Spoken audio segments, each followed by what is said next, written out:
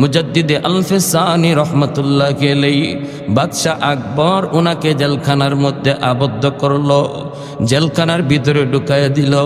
বাদশাহ আকবর আইন জারি করেছিল দ্বীন-এ এলাহি, এই দ্বীন-এ এলাহির বিরোধিতা করেছিলেন মুজাদ্দিদ আল-ফিসানি রহমতুল্লাহ আলাইহি।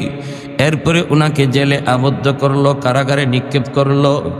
বাদশাহ আকবর মন্ত্রী পরিষদ নিয়া জেলখানার বাহির থেকে দৃশ্য দেখবি। কি দৃশ্য?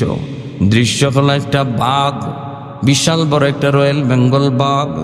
এই বাঘটা ছেড়ে দিল সে জেলখানার ভিতরে।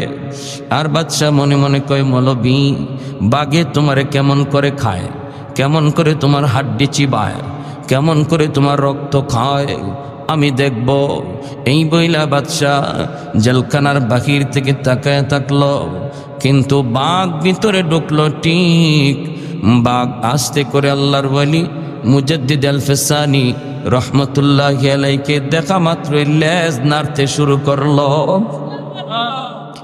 লেজ নাড়ে বুঝাইল গো আল্লাহর ওয়ালি,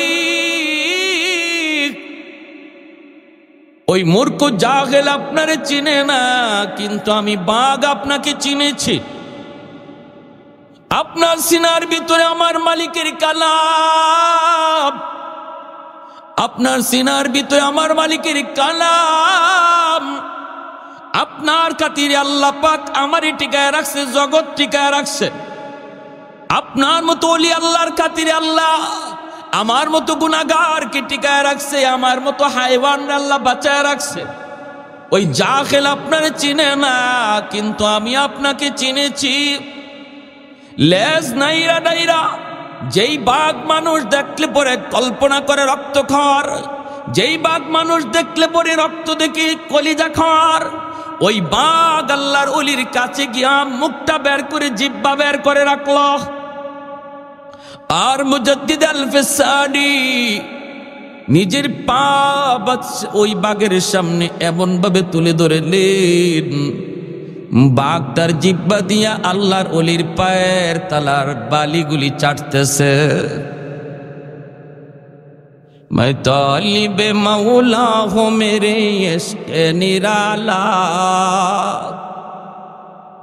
मैं तालिबे मौला हूँ मेरे इश्क़ निराला, है जुमला जहाँ जिनके तजल्ली से उजाला, है जुमला जहाँ जिनकी तजल्ली से उजाला, मैं दरूद जहाँ गैर खुदा यार नदारिम, जुज़ याद खुदा ही चिदिगुर कार नदारिम, जुज़ याद खुदा ही चिदिगुर कार नदारिम।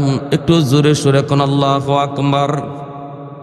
এজন্যই আল্লাহ পাক বলে প্রতিদিন জমিন আল্লাহর কাছে আবদার করে, মালিক আর কত আমি গুনাহ দেখব, আর কত আমি গুনাহ দেখব।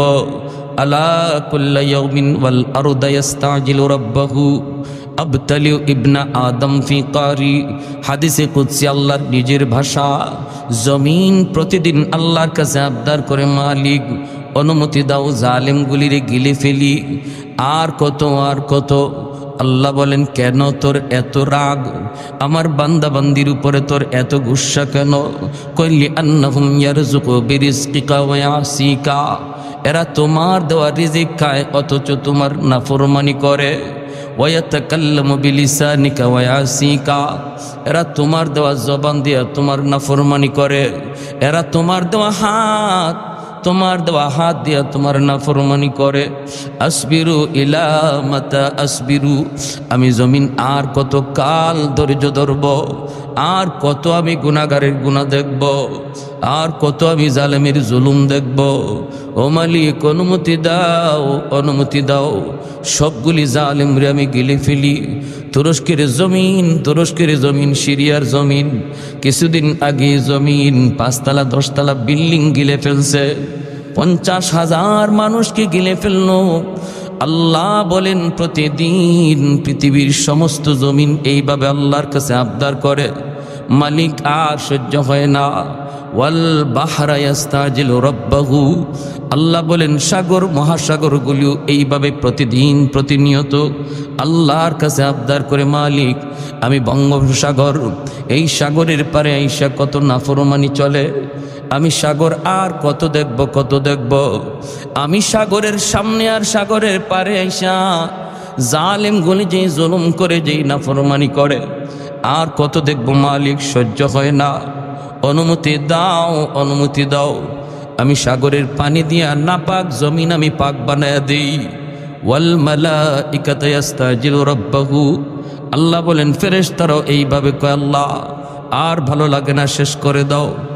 রব্বুল আলামিন ডাক দিয়ে বলেন, চুপ করো চুপ করো, আমি আল্লাহ দেখি জমিনে কেমন অন্যায় হয়, কেমন অত্যাচার হয়, এ জমিন থাম, আমি আল্লাহ দেখি তোমরা যারা এই জমিন ধ্বংস করে দিতে চাও, আমিও দেখি এই জমিনে কেমন গুনাহ হয়, কেমন অত্যাচার হয়, কেমন অপরাধ হয়। এরপরও কেন আমি জমিন ধ্বংস করি না জানুনি? কারণ এই মানুষকে আমি আল্লাহ এত আদর করে বানাইলাম। আসমান আল্লাহ বানাইছেন কুন ফায়াকুন বইলা, জমিন আল্লাহ বানাইছেন কুন ফায়াকুন বইলা, ফেরেশতাও আল্লাহ বানাইলেন কুন ফায়াকুন বইলা, কিন্তু আমারে আপনারে আল্লাহ পাক কুন ফায়াকুন বইলা বানায় নাই। খালাকতু বিয়াদাইয়া, আল্লাহ বলে আমি আমার নিজের হাত দিয়া বান্দা বান্দিরে বানাইছি। কারণ এই চেহারার মধ্যে এত দামি কপাল, এই কপাল দিয়া বান্দা আবার কুদরতি কদমে সেজদা দেয়।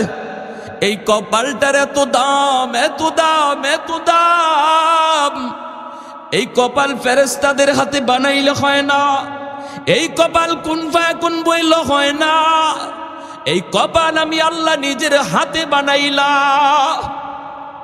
লাউলা মাশাইখ রুক্কা والشباب خشع والأطفال ردا والأنعام ردا لجعلت السماء حديدا والأرض خفصفا والتراب رمادا وما أنزلت من السماء قطرا وما أنبت من الأرض نباتا بل أنزلت عليكم العذاب صبا صبا صبا। আল্লাহ বলে এখনো জমিনে 4 শ্রেণী আছে, এই 4 শ্রেণী যতদিন থাকবে আমি আল্লাহ জমিন টিকায় রাখবো। 1 নাম্বার হলো এই জমিনের ভিতরে এমনও কিছু আমার বান্দা বান্দি রয়েছে, চুলদারি সাদা হয়ে গেছে, কোমরে তার ব্যথা, হাঁটুতে তার ব্যথা, আমি আল্লাহরে রুকু করতে সেজদা করতে তার কষ্ট হয়, এরপর আমার বান্দা কষ্ট করে করি টুকটুক টুকটুক করে মসজিদে হাজির হয়ে যায়, অজুর পানি লাগাইতে তার কষ্ট হয়, গায়ে তার আগের মতো শক্তি নাই, আগের মতো কোমরে জোর নাই, এরপরও কষ্ট হলো আমাকে আমার কদমে সেজদা দেয়। আমার ওই বৃদ্ধ বান্দা বান্দিগুলি যখন কষ্ট কইরা হজম কইরা আমাকে সেজদা দেয়, ওদের সেজদার দিকে তাকাইলে জমিনের প্রতি আমার মায়া লেগে যায়। 2 নম্বর আল্লাহ বলেন ওয়াশাবাবু খুশা, এখনো জমিনের ভিতরে এমন কিছু যুবক রয়েছে যেই যুবক যৌবনের পাগলামি করে না, যৌবনে সে গুনার দিকে যায় না, যৌবনে বাপমার সাথে বেয়াদবি করে না, যৌবনে সে না বন্ধুদের সাথে জিনা বেবিচারে যায় না, চুরি ডাকাতি করে না, অথচ তার যৌবনের চাহিদা ছিল গুনাহ করা, যৌবনের চাহিদা ছিল গানের আয়োজন করা, যৌবনের চাহিদা হলো ডাব চুরি করা, যৌবনের চাহিদা হলো বেয়াদবি করা। এরপর যেই যুবক যৌবনের চাহিদা অনুযায়ী গুনাহ করে না, বরং পাগলা গুড়ার লাগাম টান দেয়া ধরে, চাইলেই সে যেই দিকে ইচ্ছে এই দিকে দৌড় দেয় না, একটু চিন্তা করে দৌড় দেয়। যৌবনে তার মাথায় টুপি দেখা যায়, যৌবনে তার মুখে দাড়ি পাওয়া যায়, যৌবনে তার মসজিদে পাওয়া যায়, যৌবনে তার রোজা রাখতে দেখা যায়, যৌবনে বাপমার সেবা করতে পাওয়া যায়। ওই যুবক গুনাহ করার সুযোগ ছিল, এরপর করে না, আমি আল্লাহর ভয়ে তার কলিজার দিকে যখন আমি আল্লাহ তাকাই, জমিনের প্রতি আমার মায়া লেগে যায়। তিন নম্বরে আল্লাহ বলেন ওয়াল আনআমুরুত্তা, এখনো জমিনের মধ্যে কিছু জীব জানোয়ার রয়েছে, এই জীব জানোয়ারের উপরে কোনো শরীয়তের বিধিবিধান নাই, এদের উপরে হালাল হারাম নাই, গরু ছাগলের উপরে নামাজ নাই, রোজা নাই। আল্লাহ পাক বলেন মানুষের গুনার কারণে যখন জমিনে আযাব আর গজব আসতে চায়, এই আযাব গজবের ভিতরে গরু ছাগল হাঁস মুরগি গরিব পড়ে যায়, অথচ এদের কোনো অন্যায় ছিল না, এদের কোনো অপরাধ ছিল না। ওদের দিকে তাকাইলেও জমিনের প্রতি আমার মায়া লেগে যায়। ওয়াল আতফালু রুদ্দা, 4 নম্বর আল্লাহ বলেন ঘরে ঘরে এমন কিছু শিশু বাচ্চা রয়েছে, প্রতিটা ঘরে ঘরে কিছু শিশু রয়েছে, যেই শিশুগুলি নিষ্পাপ মাসুম, ওদের উপরে শরীয়তের বিধিবিধান এখনো জারি হয় নাই, ওদের কোনো গুনাহ নাই, অপরাধ নাই। গুনাহ করেছে তার মা, গুনাহ করেছে তার বাবা, গুনাহ করেছে তার বড় ভাই, ওদের গুনার কারণে যখন গজব আসতে চায়, এই বাচ্চাটাও গজবের মধ্যে শামিল হয়ে যায়। ওই বাচ্চাটার তো কোনো অন্যায় ছিল না। আল্লাহ বলতেছেন, আল্লাহ কারে শুনাইতেছেন? জমিনে শুনাইতেছেন, সাগর মহাসাগরের পানিরে আল্লাহ শুনাইতেছেন, ফেরেশতাদেরকে আল্লাহ শুনাইতেছেন। এত মায়া, এত মায়া আমার আপনার প্রতি আল্লাহ পাকের। আল্লাহ কই জমিন শুন, ওই শিশু বাচ্চাগুলি যখন টোট ভাঙ্গা আমি আল্লাহর কাছে কান্দি, তার কান্নার দিকে তাকাইলেও এই গুনাহগার জমিনের প্রতি আমি আল্লাহর মায়া লেগে যায়। অতএব বাচ্চাগুলিরে মারবেন না, বাচ্চাগুলিরে ধমক দিবেন না, বাচ্চাগুলিরে বকাবকি করবেন না। বাচ্চারা দুষ্টামি করবি, বাচ্চারা ফেরেশতার মতো। এই বাচ্চার উসিলায় আল্লাহ তোমাকে আমাকে বাঁচাইয়া রাখছি, এই বাচ্চার উসিলায় আল্লাহ তোমারে আমারে খাওয়াইতেছি। এজন্যই ভাইয়েরা মনে রাখবা, যুবক যৌবনে আল্লাহর গোলামি করবি, বৃদ্ধ বয়সে আল্লাহ তারে ঘরে বসাইয়া তারে ইবাদতের পেনশন আল্লাহ দিবে। এই কথা আল্লাহ পবিত্র কুরআনুল কারীমের সূরাতুত তিনের মধ্যে 4টা কসম খেয়ে আল্লাহ বলেছেন, ওয়াত-তিন ওয়াজ-যাইতুন ওয়া তুরি সিনিন ওয়া হাযাল বালাদিল আমিন। আল্লাহ বলেন 4টা জিনিসের কসম খেয়ে আমি আল্লাহ বললাম, মানুষ তোমারে আমি আল্লাহ বড় আদর করে বানাইছি, সম্মানী করে বানাইছি, সবচেয়ে সুন্দর করে তোমারে বানাইছি। কিন্তু এই মানুষ যখন বৃদ্ধ হয়ে যায়, মানুষের কাছে তার দাম কমে যায়, ঘরের কাছে তার দাম কমে যায়, স্ত্রীর কাছে তার মূল্য কমে যায়, সন্তানের কাছেও তার দাম কমে যায়। মানুষেরা কই আমি এখন বৃদ্ধ হয়ে গেছো, আগের মতো ধমক দিও না। সন্তান কয় আব্বা কম কথা কও, এখন আগের মতো আর তুমি বুঝো না।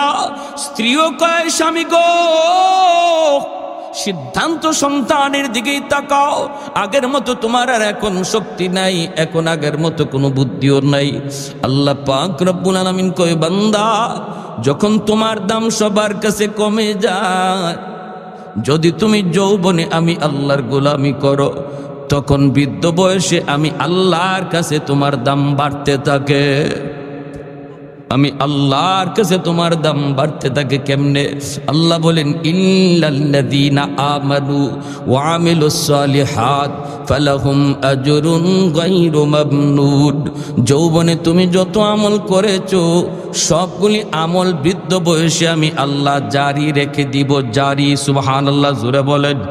গড়ে নামাজ পড়েছে আল্লাহর বান্দা, মসজিদে যাইতে পারে না, কারণ তার কোমরে ব্যথা, মাথা ঘোরায়, বের হলে অ্যাক্সিডেন্টের ভয়, শরী উজরের কারণে যখন বৃদ্ধ বয়সী আল্লাহর কোনো গোলাম ঘরে নামাজ আদায় করে, রব্বুল আলামিন বলেন, এই ফেরেশতারা আমার বান্দার আমল নামায় ঘরে নামাজের সওয়াব তোমরা উঠায়ও না, একটু পরে উঠাও। যৌবনের ফাইলটা আমি আল্লাহরে দেখাও, যৌবনের ফাইলটা আমি আল্লাহরে দেখাও।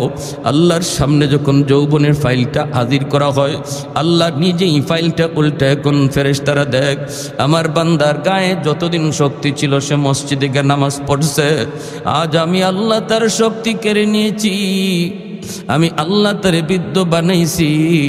যদি আগের মতো এখনো গায়ে শক্তি থাকতো, আজও আমার বান্দা মসজিদে যাইতো।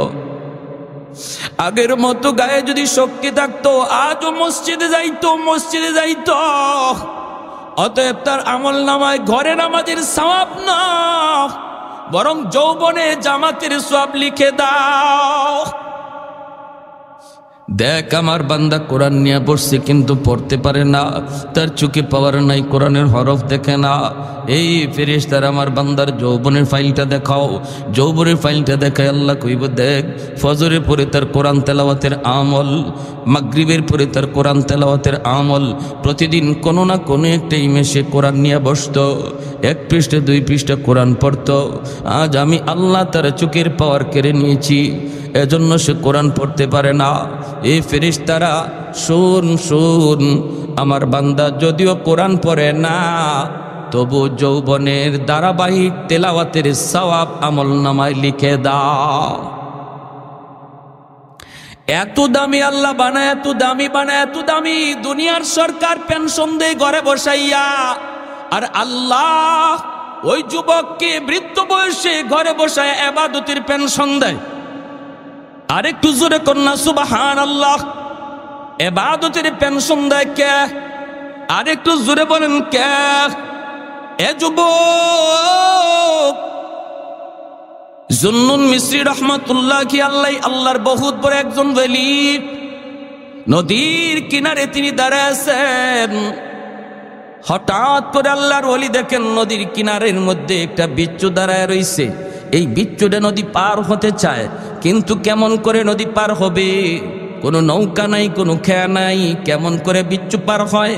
হঠাৎ করে আল্লাহর ওলি দেখেন পানির নিচ থেকে একটা কচ্ছপ পানির উপরে ভাসলো, আর কচ্ছপটা নদীর কিনারে আসলো। বিচ্ছুটা লাফ দিয়ে কচ্ছপের পিঠে বসলো, আর কচ্ছপ বিচ্ছুটারে খেয়া হইয়া নদী পার করা দিল। এইবার জুন্নুন মিসরি কয়, মালিক তোমার কুদরতে তুমি বিচ্ছুরে নদী পার করে দিছো। আল্লাহ, আমারও নদী পার হতে মন চায়, আমি একটু দেখতে চাই বিচ্ছু কোন দিকে যায়। কেন তুমি এইভাবে বিচ্ছুরে নদী পার করাইলা? আমারও তুমি নদী পার করাও। আল্লাহ পাক রব্বুল আলামিন তার অলির অন্তরে ইলহাম করলেন, হাতের জায়নামাজ পানিতে বিছায়া দাও। আরেকটু জোরে কন্যা সুবহানাল্লাহ। আমাদের সিলেটের শাহজালাল মজরুদিয়া মনি রহমতুল্লাহি আলাইহি গৌর গোবিন্দের সাথে যুদ্ধ করার জন্য ইয়ামেন থেকে সিলেটে এসেছিলেন। সুরমা নদী পারি হয়েছেন নৌকায় না জায়নামাজে বৈশা। আরেকটু জোরে, নৌকায় না জায়নামাজে বৈশা। আল্লাহ পারেনি না পারে না, এই ক্ষমতা আল্লাহর আসেনি না নাই? আরেকটু জোরে বলেন, আসেনি না নাই? মানুষ যা পারে না পারে কে? মানুষ যা দেখে না দেখে কে? মানুষ যা শুনে না শুনেন কে? আল্লাহ পাক কই, ওয়ালি হাতের জায়নামাজ পানিতে বিছায় দাও। জুন্নুন মিসরি পানিতে জায়নামাজ বিছায় দিলেন। আল্লাহর ওলি জায়নামাজে বৈশা নদী পার হয়ে গেলেন। এরপরে তিনি বিচ্ছুর পিছনে পিছনে যাইতেছেন। বিচ্ছুটা কোন দিকে যায় দেখতে একটু মন চায়। যাইতেছেন, হঠাৎ করে তিনি তাকায় দেখেন হাওরের মাঝখানে একটা গাছ, গাছের দিকে এই বিচ্ছুটা রওনা দিছে। তিনিও তো পিছনে পিছনে দ্রুত বেগে বিচ্ছুটা দৌড়াইতেছে, তিনিও পিছনে পিছনে। হঠাৎ করে নজর পড়লো গাছের নিচে একটা যুবক মনের আনন্দে ঘুমাইতেছে। এ যুবক, তোমাকে বলতেছি যুবক, এ যুবক দিলটা নরম করে কথাগুলি শোনো। তোমার মতো কত যুবক যৌবনে কবরে চলে গেছে, একটু চিন্তা করে দেখো। ডান দিকে তাকাইলে দেখবা তোমার খেলার সাথী কবরে শুয়ে রইছে, বাম দিকে তাকাইলে দেখবা তোমার লেখাপড়ার সাথী কবরে শুয়ে রইছে। তুমি মনে করতেছো আমি নামাজ ধরব, আল্লাহকে মানব, আল্লাহর বিধান মতো চলবো আর একটু সময় পরে। কিন্তু বহু যুবকের আর এই সময় হায়াতে মিলে না। আসেনি না নাই? জোরে কর। ঘুমাইছে তো জীবনের শেষ ঘুম, বাপ মার কাছ থেকে বিদায় নিয়েছে তো জীবনের শেষ বিদায় হয়ে গেছে, আর বাপ মার কাছে ফিরে নাই। কত বাবা সন্তানের কাছ থেকে বিদায় নিয়ে বের হয়েছে, আর সন্তানের কাছে ফিরে আসে নাই। এর যুবক, এই যুবক মনের আনন্দে গাছের নিচে ঘুমাইতেছে, আর যুবকের মাথার পাশে একটা বিষাক্ত সাপ ফনা ধরে আছে, যে কোনো মুহূর্তে যুবককে দংশন করবে। ওই অবস্থায় বিচ্ছুটা যাইয়া দেরি করল না, লাফ দিয়া বিচ্ছুটা সাপের মাথায় বসলো। বৈশা এমনভাবে সাপরে কামড় দিল, মুহূর্তের ভিতরে সাপটা বিচ্ছুর কামড়ে মারা গেল। এইবার আল্লাহর ওলি জুন্নুন মিসরি যুবককে ঘুম থেকে ডাকাইলেন, রে যুবক, একটু উঠো, মাথার পাশে কি ঘটে গেল দেখো। যুবক মাথার পাশে দৃশ্য দেখো অবাক। আল্লাহর ওলি বলেন, জীবনে কি নেক আমল করেছো একটু কও, জীবনে কি নেক আমল করেছো একটু বলো। যে নেক আমলের কারণে আল্লাহ তোমার নাম যৌবনেই অলির খাতায় আল্লাহ উঠায় দিছে।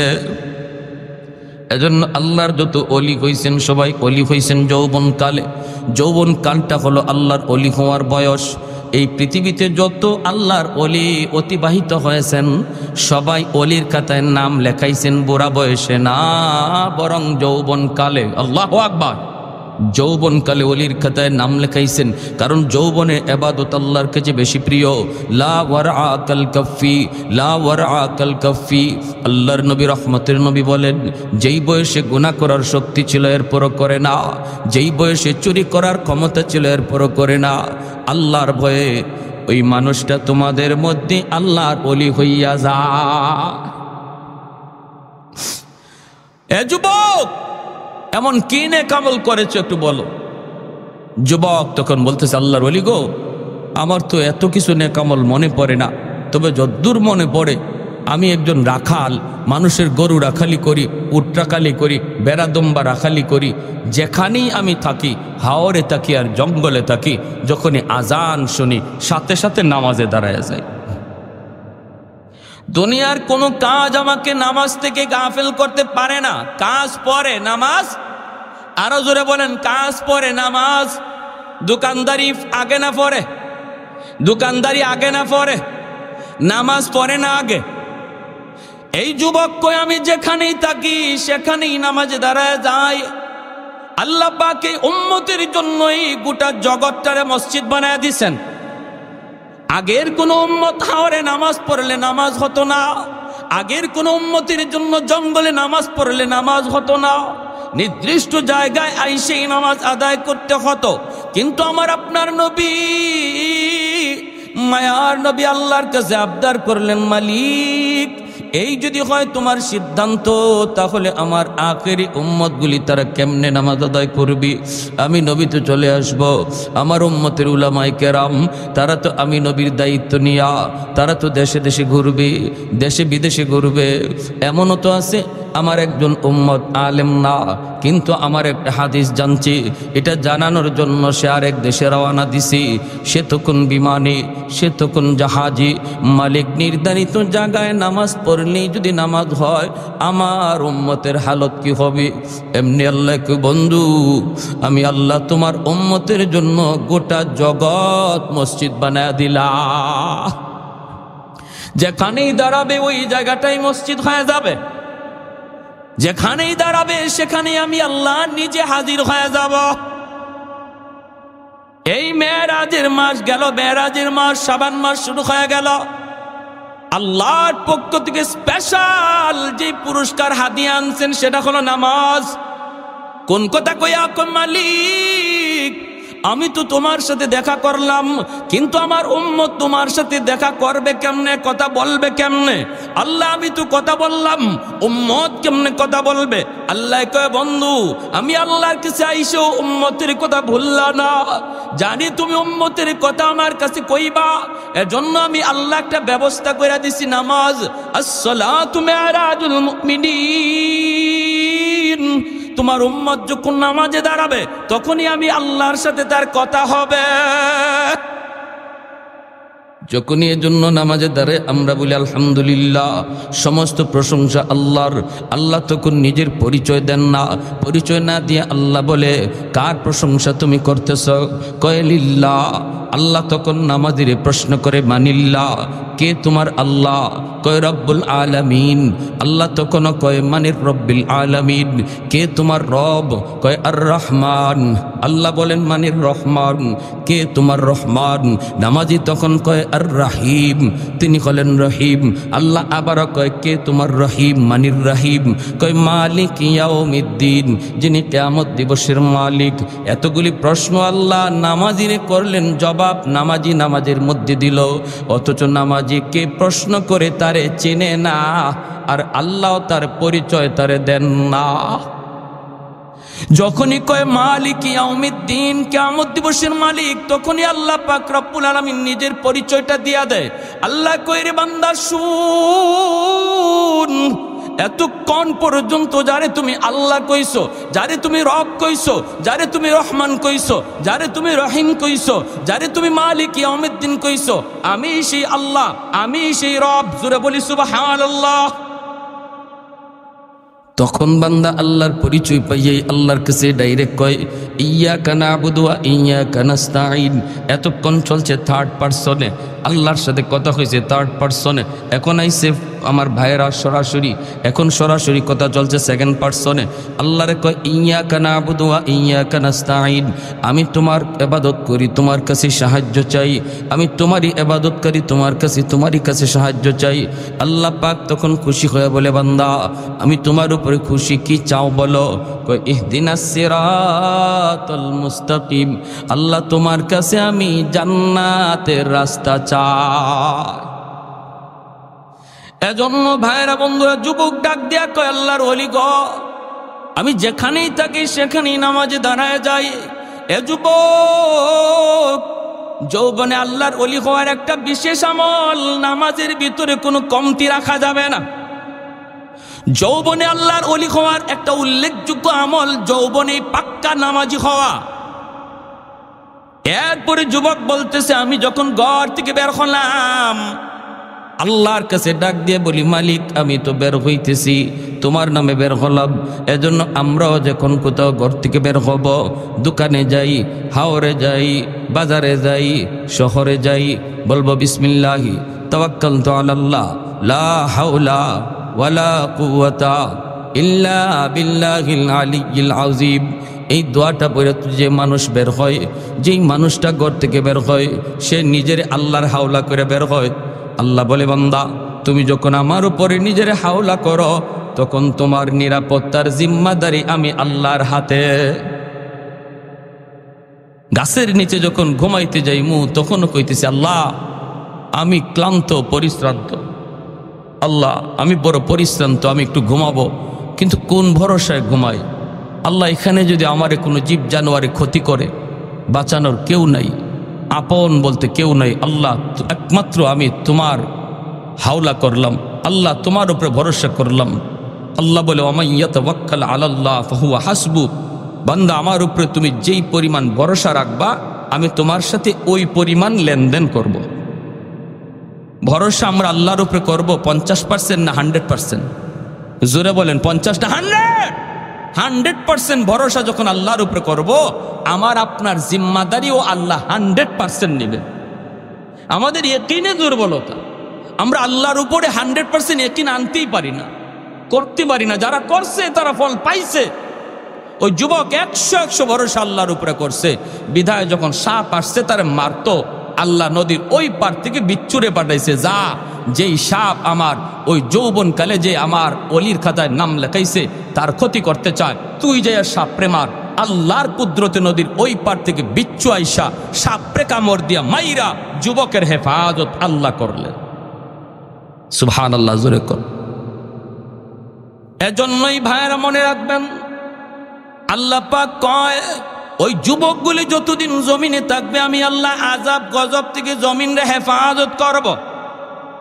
এই যুবকের কলিজে আল্লাহর ভয় কেমনে আইছে?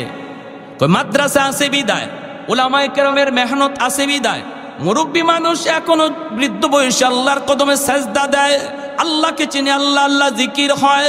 কেন হয়? কারণ সমাজে এখনো আল্লাহ নামের পরিবেশ আছে, ঠিক না? এখনো মাদ্রাসা আছে, উলামায়ে কেরামের হরকত আছে, উলামায়ে কেরামের মেহনত আছে। উলামায়ে কেরামের মেহনত যতদিন থাকবে, জমিনের মানুষ ততদিন আল্লাহ আল্লাহ জিকির করবে। মাদ্রাসা যতদিন থাকবে ততদিন আল্লাহ বলার পরিবেশ থাকবে। আর আল্লাহ পাক তখন আসমান জমিনকে আল্লাহর রহমত দ্বারা বাঁচায় রাখবে। আর যতদিন মাদ্রাসা থাকবে না, যেদিন মাদ্রাসা থাকবে না, আলেম ওলামা থাকবে না, ওই দিন আল্লাহ জমিনও রাখার কোনো চিন্তা করবেন না। অতএব কেউ যদি মাদ্রাসার ক্ষতি করতে চায়, মনে রাখবা সে মাদ্রাসার ক্ষতি করল না, বরং নিজের ক্ষতি নিজে করল। কেউ যদি মাদ্রাসা বন্ধ করে দিতে চায়, সে মাদ্রাসার ক্ষতি করল না, নিজের জীবন সে নিজে বন্ধ করে দিল। কেউ যদি মাদ্রাসায় হাত উঠায়, সে নিজের পায়ে নিজে কুড়াল মারলো। কেউ যদি কই মাদ্রাসা রাখবো না, আল্লাহ তারে রাখবে না। কারণ মাদ্রাসা না থাকলে আল্লাহ কোনো কিছু রাখবার সিদ্ধান্ত আল্লাহ নিবে না। আমরাও দেখেছি বাংলার জমিনে যেই মাদ্রাসার বিরুদ্ধে কথা বলেছে, উলামায়ে কেরামের বিরুদ্ধে কথা বলেছে, মাদ্রাসার প্রয়োজন নাই, মাদ্রাসার দরকার নাই, মৌলবীদের কোনো প্রয়োজন নাই, একজনও জাগাতে নাই। আওয়াজ দেন ঠিক কিনা? একজনও জাগাতে নাই। কে করছে? হেড অফিস থেকে ফয়সালা। ফ্যান ফরবারও আর জায়গা পায় না, হে টাকলা মাথাত পরে। কি রে কি হলো, ফ্যানেও আমারে ভালো পায় না, আর কোনো মানুষ দেখে না। এজন্য বলতেছি মনোযোগ, লাজালতুস সামাআ হাদিদা ওয়াল আরদা খাফসাফা ওয়াত তুরাবা রামাদা ওয়ামা আনজালতু মিনাস সামাই কাতরা ওয়ামা আম্বাততু মিনাল আরদি নাবাতা বাল আনজালতু আলাইকুমুল আযাবা সাব্বা। আল্লাহ বলেন, যদি জমিনের মধ্যে আমি আল্লাহর নাম না থাকে, যদি কোরআনের হরকত, কোরআনের আওয়াজ বন্ধ হয়ে যায়, মানুষ যদি আমি আল্লাহকে ভুলে যায়, তাহলে কি করব জানো? আসমানকে আমি আল্লাহ লোহা বানায় দিব, জমিনকে আমি আল্লাহ তামা বানায় দিব।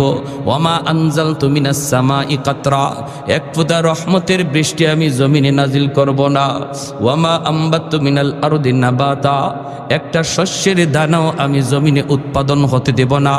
বাল আনজালতু আলাইকুমুল আযাবা সাব্বা। আল্লাহ বলেন, পরপর শুধু জমিনে গজব আর গজব নামবে। অতএব যুবক, একটু মনোযোগ দিয়ে খেয়াল করে শোনো। আমার নবী রহমতের নবীর সামনে একটা যুবক, বনু তামিম গোত্রের যুবক হাজির হয়ে কাঁদতেছে। এ যুবক, একটু মনোযোগ দিয়ে দিলের কান দিয়ে কথাগুলি শোনো।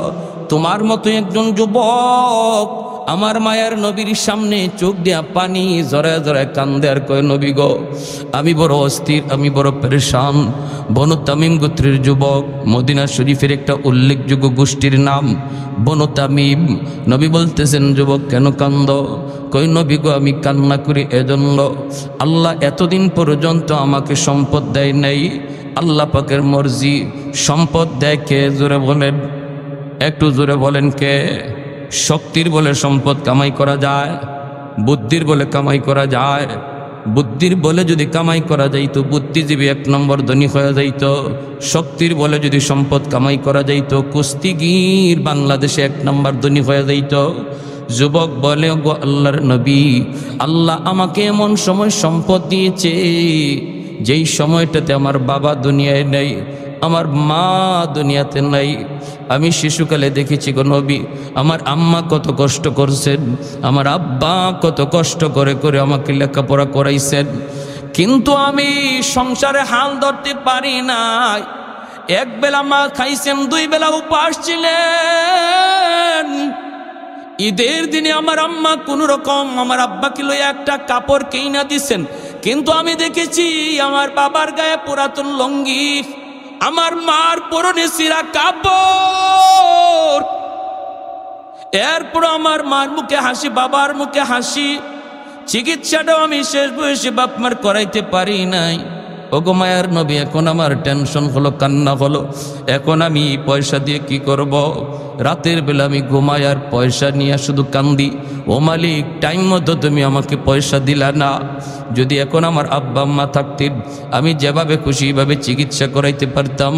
আল্লাহর নবী গো, আপনার কাছে আমার প্রশ্ন হলো, যদিও আমার মা, যদিও আমার বাবা কবরে শুয়ে রইছেন, তবু আমার বাপ মার সেবা করার সুযোগ আমার আসেনি। মায়ার নবী বলেন 5টা কাজ কইরো, তোমার খেদমত আল্লাহ কবরে পৌঁছায় দিবে। কয়টা কাজের কথা নবী বলছেন? কয়টা? একটু জোরে বলেন কয়টা? কার কার শুনবার নিয়ত আছে 5টা কাজ? একটু হাত তুলে আল্লাহকে দেখান। আল্লাহু আকবার, জোরে বলি আল্লাহু আকবার। 1 নম্বরে নবী বলেন আসসালাতু লাহুমা, বেশি বেশি করে বাপ মার জন্য তুমি দোয়া করো, যেই দোয়াটা আল্লাহ পবিত্র কোরআনে নিজে শিখাইছেন। রব্বির হামহুমা, আমার সাথে সবাই পড়েন না, দিলটা নরম করে। রব্বির হামহুমা কামা রাব্বায়ানি সগীরা। যখনই এই দোয়াটা করবেন তখন বাপ মার চেহারাটা নিজের চোখের সামনে নিয়ে আসবেন, চোখের সামনে বাপ মার চেহারাটা আনবেন, আর দোয়াটা করবেন দিলটা নরম করে। এই দোয়াটা শিখাইছেন কে? একটু জোরে বলেন কে? যদি সন্তানটারে মাদ্রাসায় দাও, সন্তানটারে যদি দিন শিখাও, তাহলে এই সন্তান এই শিক্ষাগুলি অর্জন করবে। সন্তান জন্ম দেওয়া বাবার জন্য সার্থক, সন্তান জন্ম দেওয়া মার জন্য সার্থক। সন্তান জন্ম দেওয়া টাকা রুজি করে কামাই করার জন্য নয়, সন্তান জন্ম দেওয়ার উদ্দেশ্য হবে সন্তান যেন আমার নাজাতের উসিলা হয়। দোয়াটা শিখাইছেন আল্লাহ, কবুল করবেন কে? যিনি দোয়া কবুল করবে ইনি যদি দোয়া শিখায় দেয়, তাহলে বোঝা গেল এই দোয়া কবুল হবে 100%। ফ্যাক্টরির মালিক সে চাকরি নিয়োগ দিবে, দরখাস্ত 100টা আসছে, একজনের দরখাস্ত যদি মালিকে নিজেই লেখা দেয়, তাহলে বোঝা গেল আর কারো চাকরি হোক না হোক ওর চাকরি হবে 100%, ঠিক না?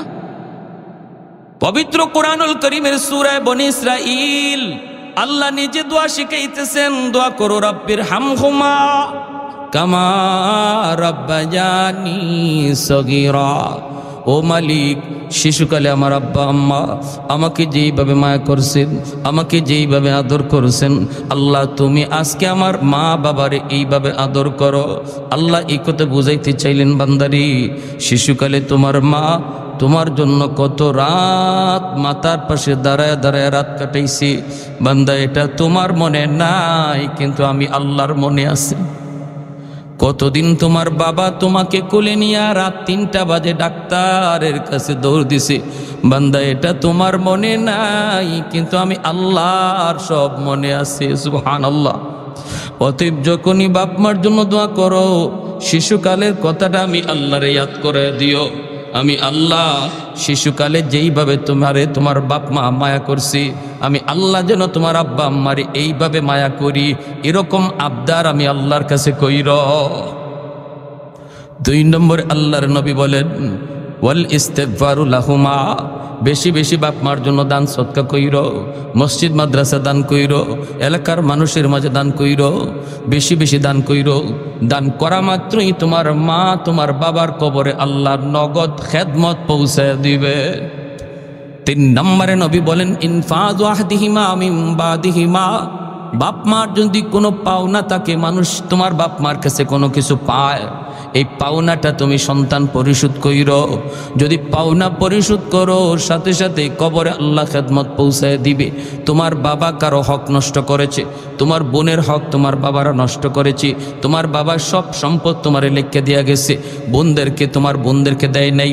বলুন তো, বাবা মারা যাওয়ার পর বাবার সম্পদের বন্টন কে করছে? আওয়াজ আসতে কেন? আরো জোরে।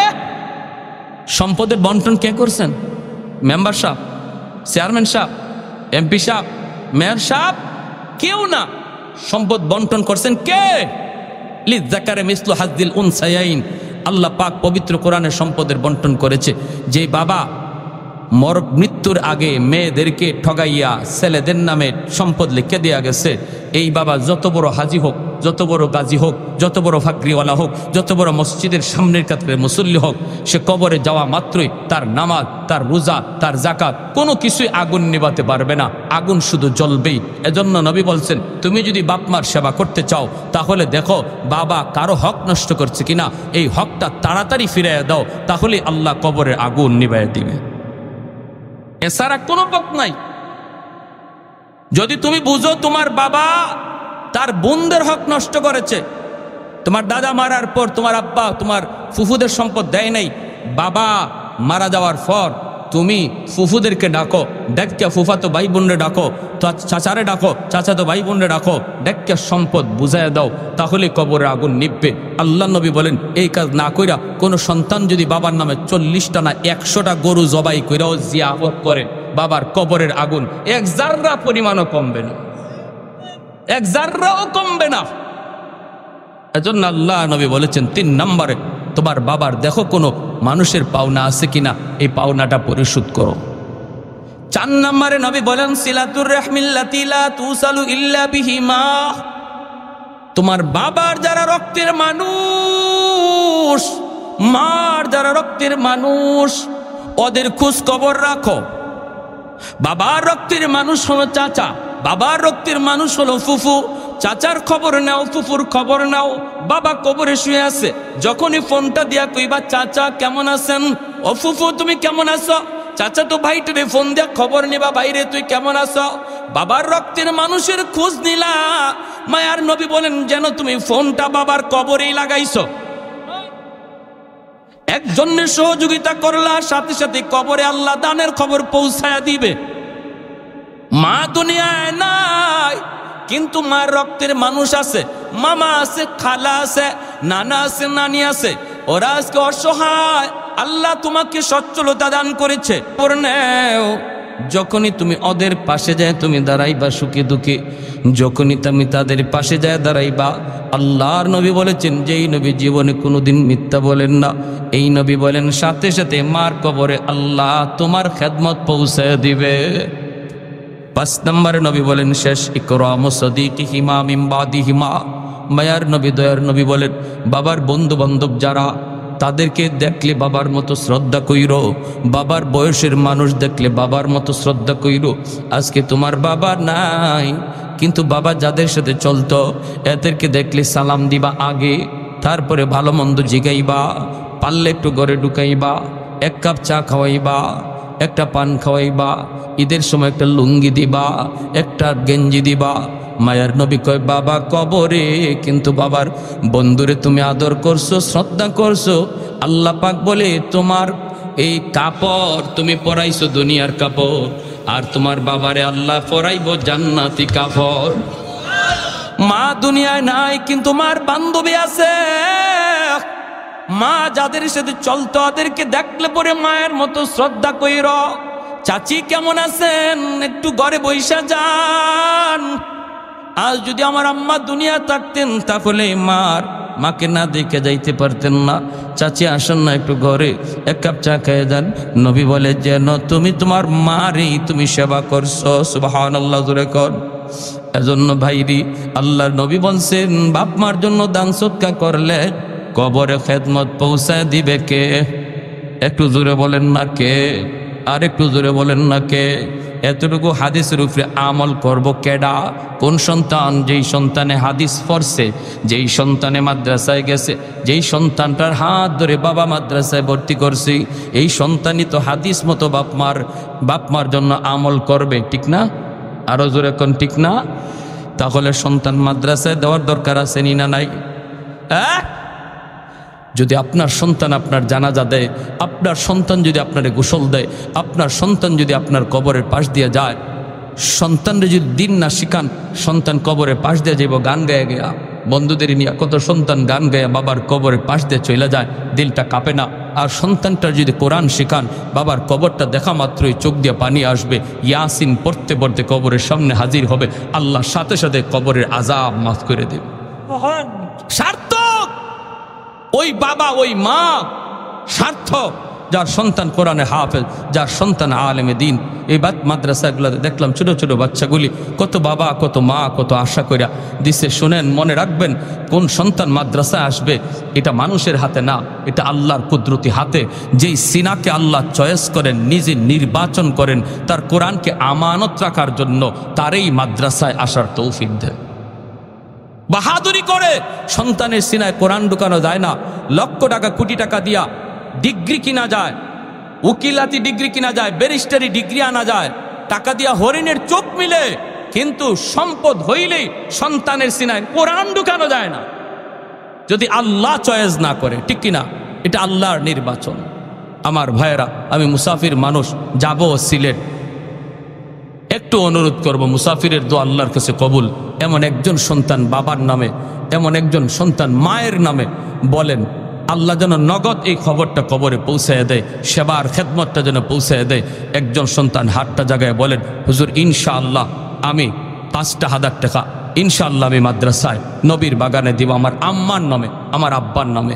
বলেন হিম্মত করে।